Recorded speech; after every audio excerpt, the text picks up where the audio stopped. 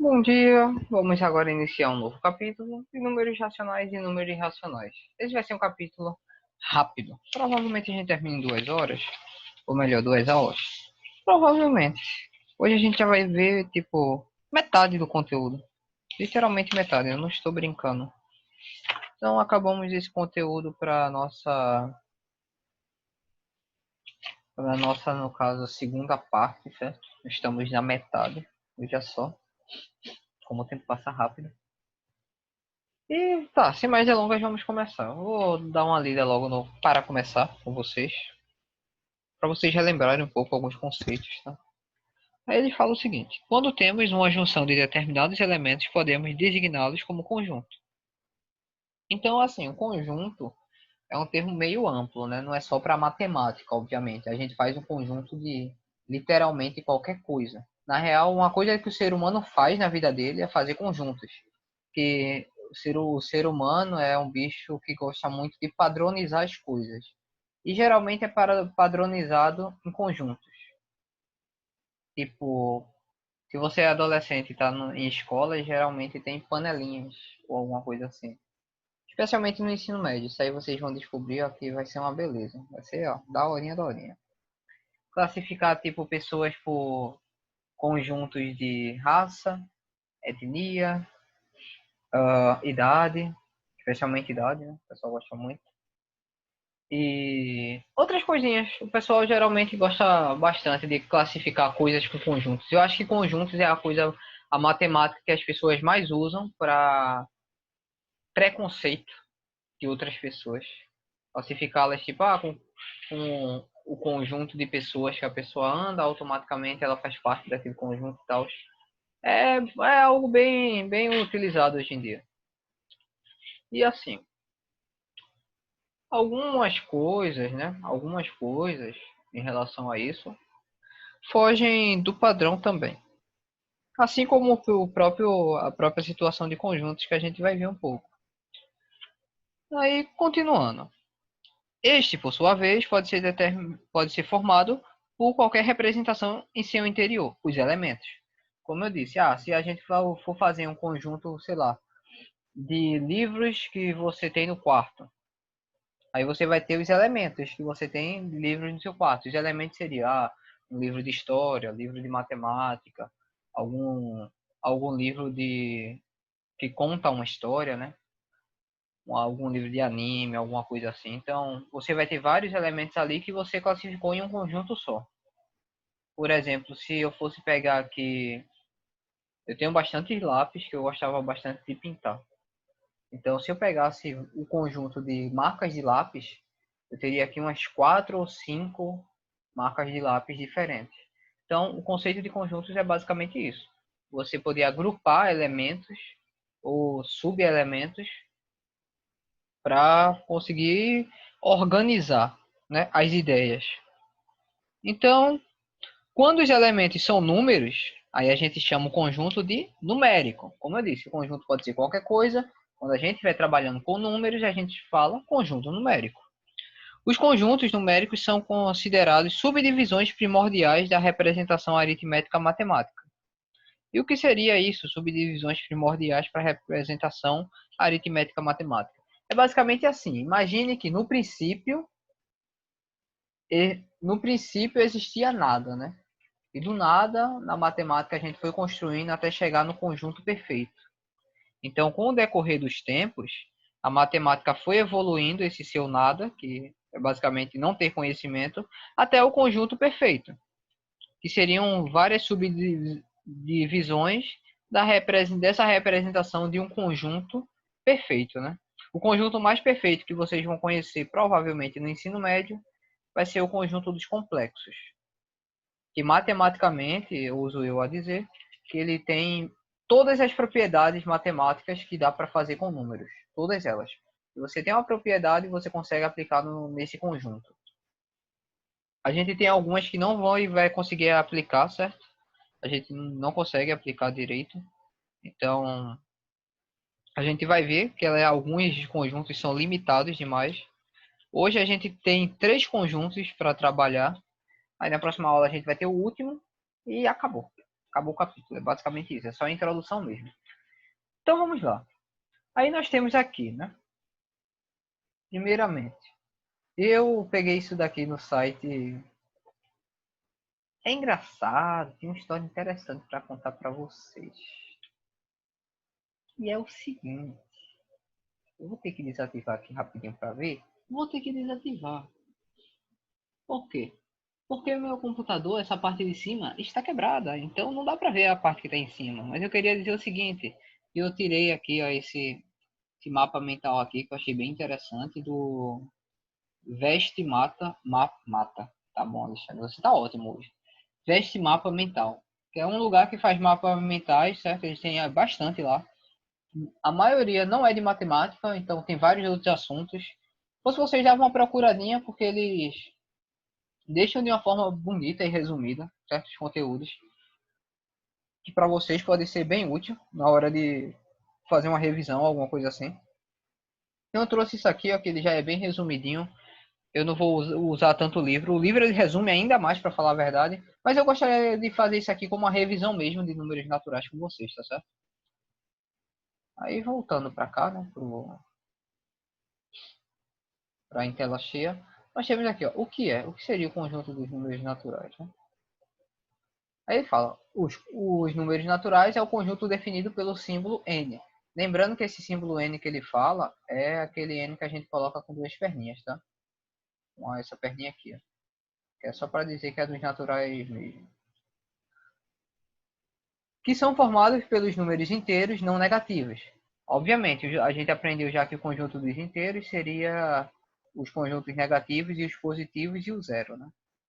Aqui ele considera o zero como um número positivo, mas a gente sabe que o zero é um número neutro. Mas não vou entrar nessa discussão. O zero é positivo aqui, pronto, né? Acabou. Então, vamos lá. Aqui, ele fala números não negativos mais o zero, né? Pelo menos nesse resumo aqui ele fala direitinho. Este é um importante conjunto dos conjuntos numéricos pela sua usabilidade no dia a dia. É porque, assim, basicamente, conjuntos naturais é o conjunto que a gente mais usa para tudo. E vocês sabem, né? Tipo, todos os princípios de contagem é com ele. Contagem de hora, contagem de tempo, contagem de velocidade, todos os princípios de contagem geralmente é com os números naturais. A gente não conta negativo. Não faz muito sentido contar negativamente. Calcular distância, calcular tamanho, calcular área, calcular qualquer coisa que vocês pensarem. Geralmente, para fazer essas estipulações, a gente utiliza os números naturais. Então, eles são bem tchan, né? Aqui não dá para ver aqui em cima. Aí o que, é que a gente faz? A gente vai clicar aqui, tá aí e ver.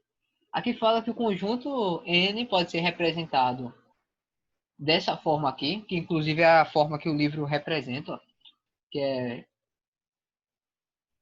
aqui eu acho que seria x pertencente aos naturais, tá? Faltou o ezinho aqui, mas aí a gente deixa quieto, né? A gente releva. Leia-se. X pertence a n, tal que x é maior ou igual a zero. Obviamente, né? Tipo, se a gente for analisar isso daqui, para qualquer valor de x aqui, né, maior que sendo maior ou igual a zero, respeitando isso, automaticamente vai cair nesse conjunto aqui. Aí tá. Agora a gente pode parar de enrolar. Clicar aqui. Ah, não é aqui não, esquece. Deixa eu enfiar aqui. Enfim, voltando. Aí a gente continua, né? Com exceção de zero, todos os números do conjunto dos naturais, ou seja, todos os elementos possuem antecessor e sucessor. Aí, obviamente, né? Você já, a essa época do campeonato, vocês já devem estar sabendo, né? Que o antecessor, por exemplo, o antecessor de 2 é 1 e o sucessor é 3. O antecessor é o que vem antes do 2, no caso 1, e o sucessor é o que vem depois do 2, que no caso é 3. Aí dá outro exemplo aí, mas não importa muito. Ele fala sobre os subconjuntos.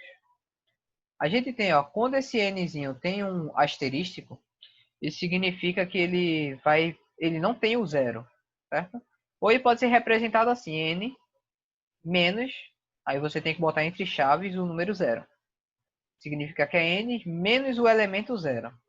Aí fica 1, 2, 3, 4 e etc. E ele fala também, ó, conjunto infinito Porque todo conjunto que a gente vai ver numérico aqui, ele é infinito.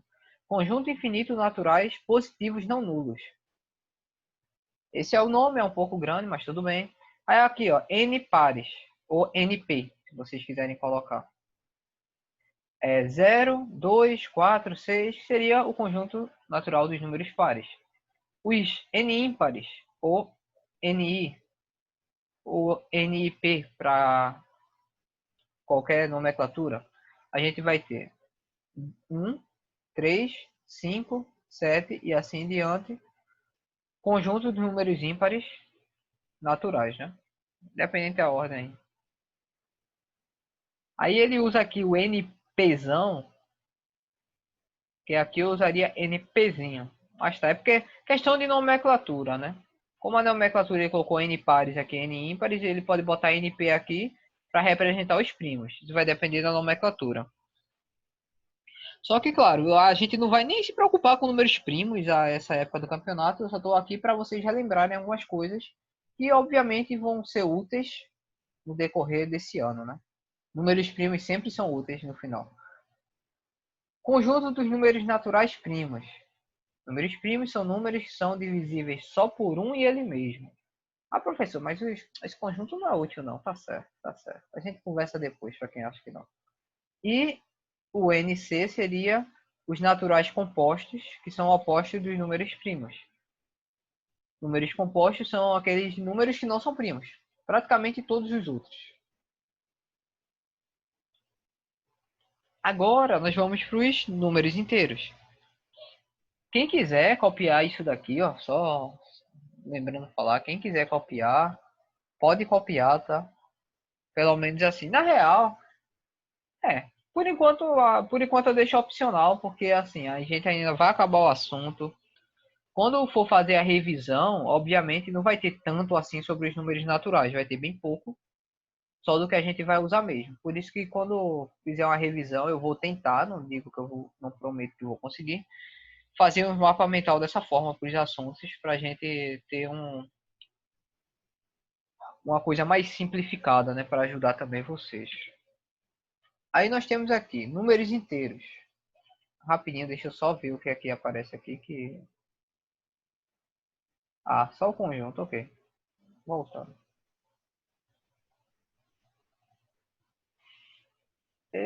Cliquei errado, meu Deus do céu. Sempre fico num lugar errado, mó triste. Pronto, voltando aqui. O que é?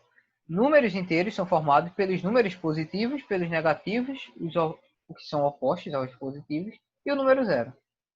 Assim ele forma um conjunto que, tecnicamente, ele vai estar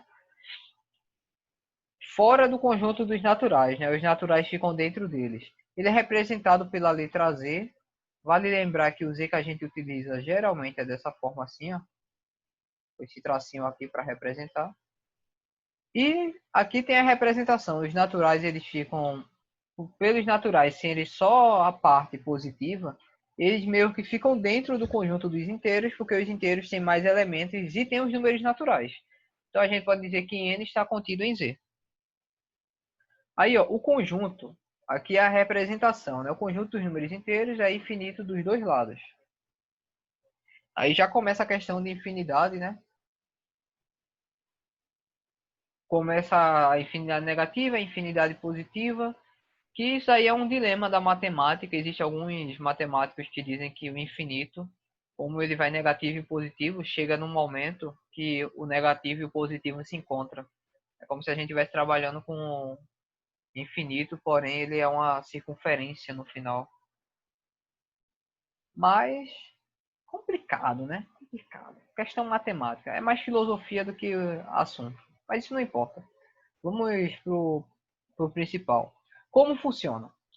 Os números negativos são sempre representados com sinal de menos, obviamente, do seu lado esquerdo. Os positivos também podem conter o sinal de mais, porém, são omitidos sem prejudicar, certo? Porque a gente não usa o sinal de mais na frente, que a gente já se acostumou com os números naturais, que eles são positivos. Números inteiros possuem um antecessor e um sucessor. Sempre, todos eles, sempre vai ter um antecessor e um sucessor. Aí, o único cuidado que ele fala aqui, ó, que o antecessor, né? O antecessor, por exemplo, o sucessor de -2 é -1. E o antecessor é -3. Então tem que tomar cuidado porque acontece de uma forma diferente, né? Para vocês não ser pego no pulo. Ele fala aqui uma questão importante, que é a questão de todos os subconjuntos que tem. O livro também retrata um pouco deles, certo? Então isso aqui é importante para vocês, ó. Para as atividades, eu recomendaria assim, que vocês copiassem isso daqui, porque tem no livro de vocês, então provavelmente vai ter nas atividades, né? Então, bota aqui ó, números inteiros, copia os subconjuntos, e é isso aí. Então, olha, Z com maisinho, ele tem um maisinho aqui. Não vou escrever aqui caso fique muito pequeno. Basicamente um Z que tem um maisinho, ele vai ser o conjunto dos números inteiros positivos, ou seja, só vai ter número positivo e você exclui o número negativo. E obviamente, quando tiver o Z com o menuzinho, vai ser o número dos inteiros negativos. Então você bota, ó, lembrando, ó, o zero ele é sempre colocado, porque o zero a gente já falou que ele é um número neutro. Então ele nem é positivo nem é negativo. Ele não adiciona em nada nem tira nada. Ele pode ser colocado nos dois casos. Aí, ó, quando a gente já sabe isso aqui, né? Quando tem o asterisco aqui, ele é o zero, ele é retirado do conjunto, aqui, o conjunto inteiros não nulos, ou seja, todos os números menos o zero.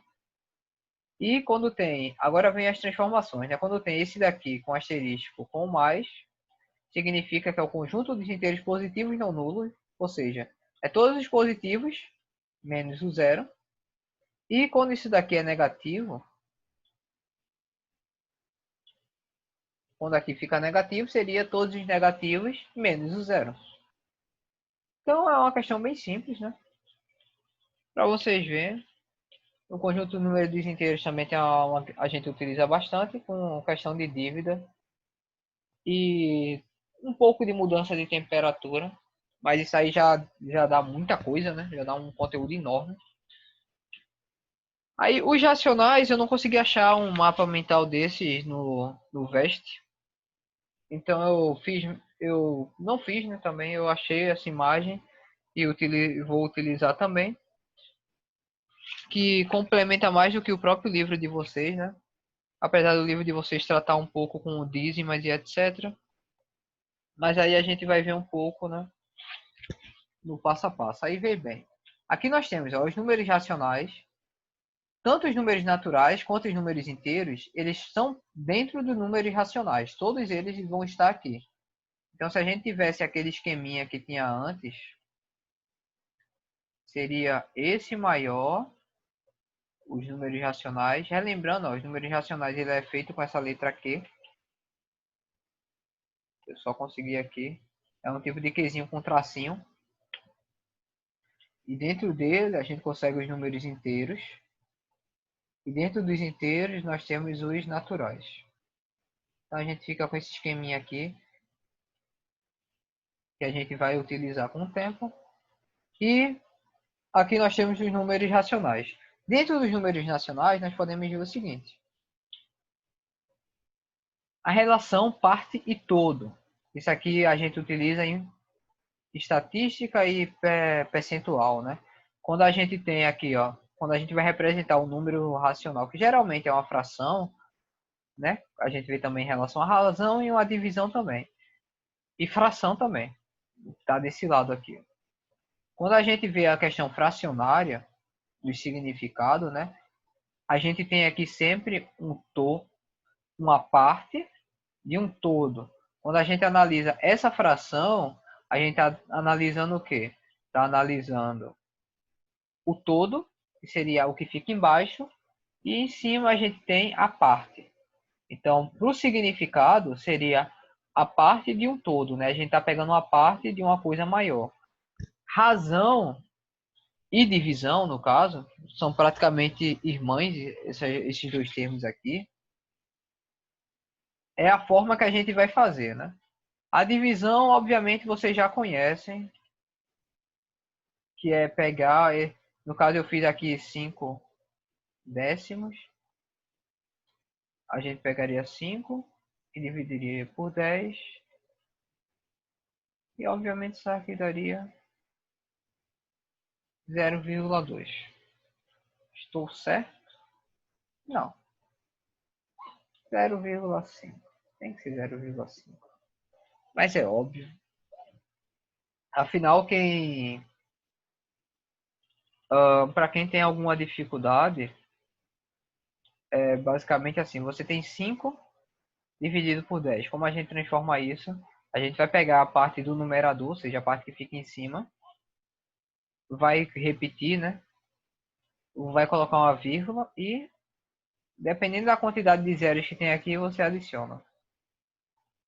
Ou você pode pegar, fazer o contrário também. Você vê a quantidade aqui que tem no denominador de zeros, coloca, depois coloca a vírgula e depois coloca o número que está em cima. E para voltar é praticamente a mesma coisa. Aí tudo bem. Então a parte da razão seria basicamente só o termo, um outro termo de chamar a relação fracionária que a gente tem, ok? E aí a gente tem para as representações, como a gente pode representar alguns desses significados. Então, olha, para a representação fracionária, a gente vai ter dois tipos.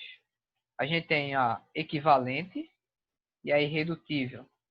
Por exemplo, esse mesmo exemplo que eu estava trabalhando com vocês, ela é uma fração equivalente. Quer dizer que eu consigo colocar outra fração aqui que equivale a ela. Por exemplo, posso colocar 1 sobre 2. Por que ela equivale? Olha, porque se eu pegar aqui e multiplicar 5 e multiplicar 5 também, em cima e embaixo, a gente vai ter 5 sobre 10. Se eu pegasse aqui, ó, dividisse por 5 em cima, dividisse por 5 embaixo, eu teria 1 sobre 2. Daí, eu tenho que esse outro daqui que eu fiz, esse exemplo aqui, ele é irredutível. Por quê? Porque eu não consigo reduzir ela mais do que isso. E por que eu sei que ela é irredutível? Porque esses números aqui eles são primos entre si. O que seria ser primos entre si? É que ninguém pode dividir o número de cima e o número de baixo, a não ser o número 1. Aqui, ó, a gente conseguiu o número para dividir o de cima e o de baixo, que foi o número 5. Agora, aqui entre esses dois números aqui, ó, a gente não consegue achar um número que dê para dividir, que dê um número exato, né?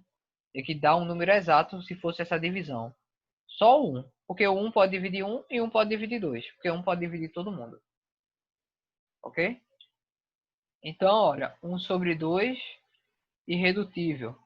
2 sobre 5 é irredutível também. Você consegue um número aqui que divide 2 e divide 5? Não. É assim que funciona, basicamente. Aí nós temos, ó, decimal. Para a parte decimal, a gente tem o tipo exato e a dízima periódica. Aí o livro ele traz sobre isso, certo? Ele também traz a parte dos inteiros. Que os números inteiros são aquelas divisões que a gente pode representar de frações simples mesmo.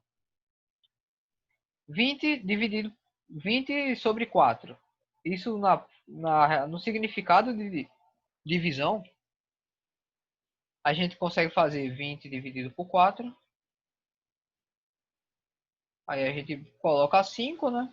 5 vezes 4 vai dar 20, passa negativo e isso é igual a zero. Tudo bem.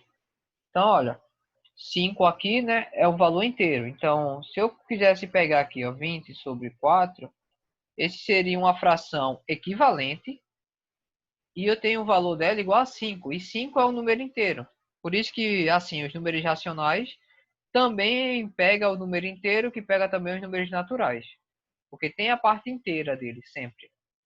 Aí, olha, a gente fala a parte quando no número decimal é exato, significa o seguinte. Se eu pegar aqui, por exemplo, 30 sobre 4, quando eu fizer essa divisão, que vai dar 7 sobre 5, ou perdão, 7,5, isso ainda é um número exato, olha. Essa parte decimal que tem aqui, depois da vírgula, ela é finita. Ela é finita. A gente consegue estipular isso daqui, certo? Porém, a dízima periódica a gente não consegue. Um exemplo disso aqui, ó, é 1 sobre 9. 1 sobre 9 a gente não consegue determinar quanto é que dá. Ou o clássico, 1 sobre 3. 1 sobre 3 vai ficar igual a 0,333 e assim diante infinitamente. Porque sempre que eu for fazer essa divisão aqui, ó, 1 dividido por 3, não vai dar para dividir 1 por 3. O que é que a gente fazia? Ó, adiciona um zero aqui e adiciona um zero aqui. Vírgula. Qual o número que eu posso chegar aqui, ó, que é próximo de 10, quando eu multiplicar 3? O próprio número 3, porque vai dar 9. Então, olha, 3 vezes 3, 9. Isso dá 1. Aí, olha, o 1 não vai dar. Bota aqui o 0. Aí, qual o número aqui, novamente, que multiplicado por 3 chega perto de 10? Número 3. Aí, 3 vezes 3, 9 de novo, menos 9 igual a 1. Aí, bota. Aí, novamente, qual é o número que pega? 3 de novo. E assim diante, você vai fazer essa divisão infinitamente e nunca vai achar o resultado. Por isso que vira uma dízima periódica. E também isso nos mostra que 0,999 de dízima periódica é igual a 1. Como eu bem já mostrei para vocês, né? E fica um terço, mais um terço, mais um terço. A gente sabe que cada um desses terços é 0,333 em dízima, mais 0,333 mais 0,333. E se eu somar isso daqui na forma fracionária, isso vai dar 3, né? Os 3 aqui ó, são o mesmo número, eu posso repetir e somar os de cima. Vai dar 3 também. Aí 3 sobre 3 igual a 1. Aí a gente tem aquele negócio que 0,99999 infinitamente é igual a 1. Certo? E por último, a gente utiliza também os números racionais para porcentagem, né? Para resolução de problemas de porcentagem, você tem assim, eu tenho 40% de uma coisa,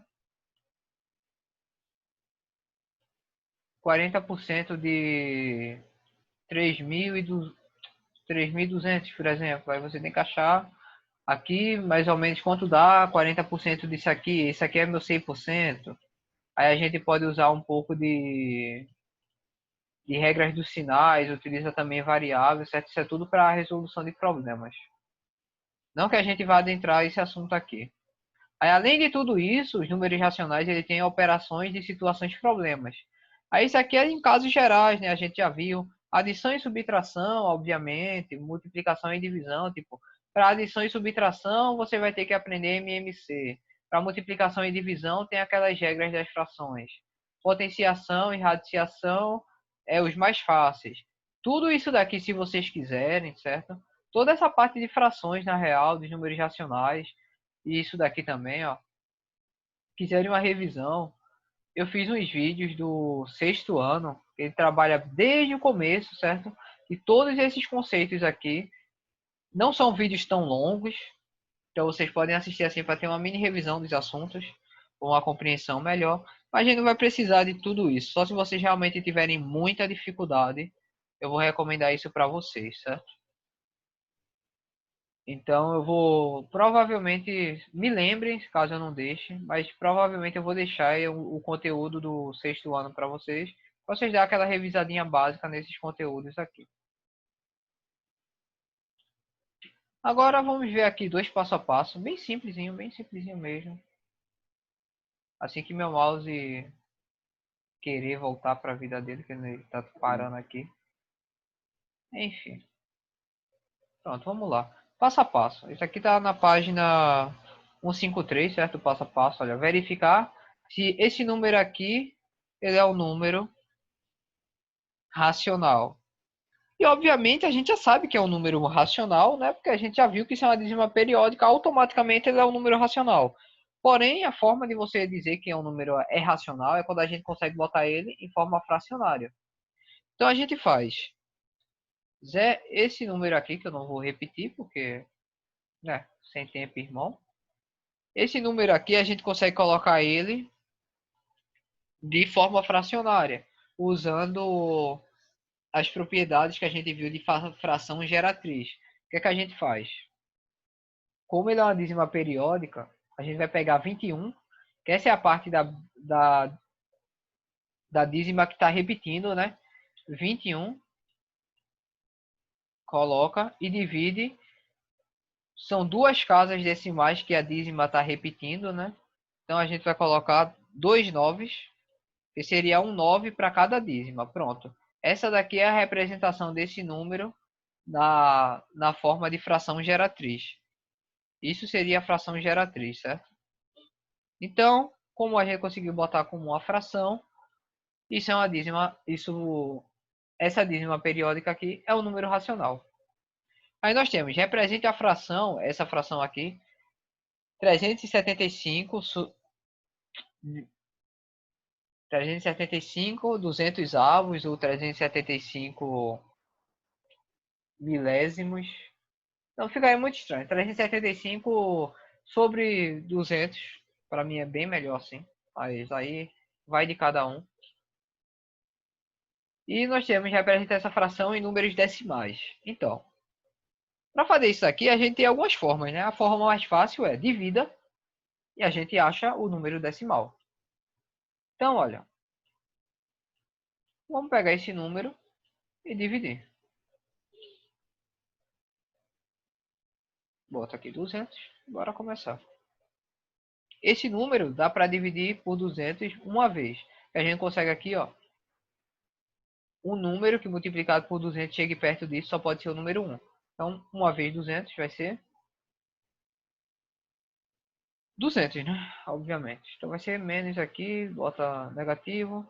Aí eu vou fazer isso aqui, vai ficar 175. Aí a gente não vai conseguir, vai ter que adicionar um zero aqui, aí bota vírgula. Agora qual é o número que chega aqui, ó, perto? Se a gente pegar aqui, ó, 8 vezes 2 dá 16. Chega perto disso aqui, então, 8. Aqui vai dar 1.600. Isso vai dar novamente quanto? 150, né? Bota mais um zero. Aí qual é o número multiplicado aqui? Agora vai ser o 7. Porque 7 vezes 2 praticamente é 14. Então vai dar 1.400 aqui. Menos. Eu vou continuar aqui, tá? Como se nada tivesse acontecido. Ó. Vai sobrar 100. Eu vou adicionar mais um zero. Aí agora, qual é o número que chega perto disso aqui? O 5, né? Para finalizar. 5 vezes 2 vai dar 10. Aí adiciona mais os dois zeros. Pronto, igual a zero. Pronto, então a gente conseguiu aqui, ó. Essa representação é a representação decimal desse número aqui. Simples, fácil, tranquilo. Supimpa. E por último, a gente tem aqui, ó, os conjuntos numéricos, tá? Que seriam os conjuntos numéricos no geral. A gente tem aqui a revisão, ó, dos números naturais, certo? Se vocês quiserem copiar isso como revisão, tudo bem, que isso aqui já é a revisão do capítulo todo. Inclusive do próximo conjunto, que vai ser os racionais que a gente vai ver. Não vou nem comentar com eles agora, nem vou comentar os reais agora, vou comentar só no final. Então vocês vão ver isso daqui novamente, certo? Esse aqui é o final do final mesmo. Os conjuntos de reais eu não vou falar tanto agora, mas vocês já convivem com eles, porque vocês estão vendo aí funções. A gente usa o conjunto de reais direto. Mas os naturais são aqui, vai ser geralmente sempre os números com elementos positivos. Aqui tem um conjunto de inteiros, que vai adicionar os elementos negativos, que são simétricos e opostos, né? Ou opostos em relação aos positivos. E nós temos aqui que é a necessidade de dividir coisas e pegar a parte do todo de uma coisa, que a gente criou os números racionais. Que lembra, né? Ó, começamos com os naturais, que é praticamente o nosso nada, né? Não sabíamos nada, começamos a contar, depois começamos a dever e fazer coisas, depois começamos a dividir as coisas, e depois os irracionais são coisas bem estranhas que aconteceram no meio disso. Os reais é o conjunto todo, e depois disso vem o conjunto primordial que a gente aprende, que é o complexo. Seria aquele negócio que a gente falou primeiro, né? Que seriam partes subdivisões primordiais de um todo maior, certo? Por último, ó, eu estou deixando aqui essa página, certo? A 154. Caso alguém não tenha livro, eu estou começando a só mandar fotos, certas de atividades. Eu deixei essas, essas todas, certo? Essas 6 aqui para vocês fazerem, porque acredito eu que a aula não vai ficar tão longa, mas vendo agora que eu gravei bastante, eu acho que a aula vai ficar longa assim. Então, eu vou passar, em vez de passar todas elas, eu vou passar só essas três primeiras aqui, ó. Opa, a segunda, a terceira e a quarta. Quem tiver tempo faz a quinta e a sexta, certo? Mas se concentrem nessas daqui.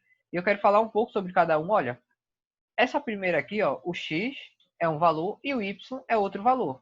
Então ele quer saber qual é o valor dessa operação aqui. Pô, se eu tenho um valor de x e valor de y, e tem uma coisa aqui que tem x e y, o que é que eu faço? Substituo. Simples e fácil. Substitua, faça essa multiplicação aqui, deveras não tão atraente, que dá um número deveras não tão chato, mas vocês têm que lembrar dessas configurações aqui para fazer. E dividir por 3. Aí você tem que simplificar essa fração aqui, ó. Essa fração gigante e representar sua forma decimal. Nesse tipo de coisa, eu falo para vocês assim, a primeira coisa que vocês devem fazer para uma questão desse tipo é começar daqui, ó. Começar de baixo. Porque depois que eu conseguir esse valor aqui, aí eu vou ter uma fração mais... Depois que eu fizer essa fração aqui, eu posso usar as propriedades para fazer essa fração aqui. Aí pronto, depois que eu fiz essas propriedades, eu praticamente agora posso fazer toda essa fração daqui. Aí depois de eu fizer essa daqui, eu posso fazer toda essa daqui de cima. E por fim acabar, né? Para depois eu fazer a divisão e achar o valor da forma decimal. Uma coisa que vocês têm que tomar cuidado aqui, ó, quando vocês fizerem os cálculos aqui, vai ter uma coisa desse tipo, 2 dividindo alguma coisa e alguma coisa, um x e um y, por exemplo, que eu não sei quais são os valores. Isso daqui a gente faz aquela propriedade da fração, que é a transformação. Isso daqui vai passar como 2 vezes x y, certo? E dividir é multiplicar pelo inverso. Eu vou passar isso daqui para vocês. Como forma complementar da aula de hoje, vocês vão assistir o vídeo do sexto ano, que tem tudo isso daí, certo? Tem toda essa coisinha aí. Não é um vídeo muito longo, é um vídeo bem curtinho, uns 20 minutos, alguma coisa assim, para vocês complementarem caso vocês tenham dificuldade para esse tipo de coisa. Aí vocês podem passar e ir direto para a questão, certo? Que mostra lá, tipo, são algumas formas de como dividir fração. Aí vocês pegam essa coisa de como dividir fração e veem isso e fazem a aplicação, ok? E essa daqui tá simples, né? X dá um valor aqui e a gente tem que achar o valor de Y. É só pegar o valor de X e colocar aqui. Faz as operações e é isso aí, né? O resto, caso vocês tenham tempo, eu deixo como brinde, tá? Então é isso, pessoal. Até a próxima aula.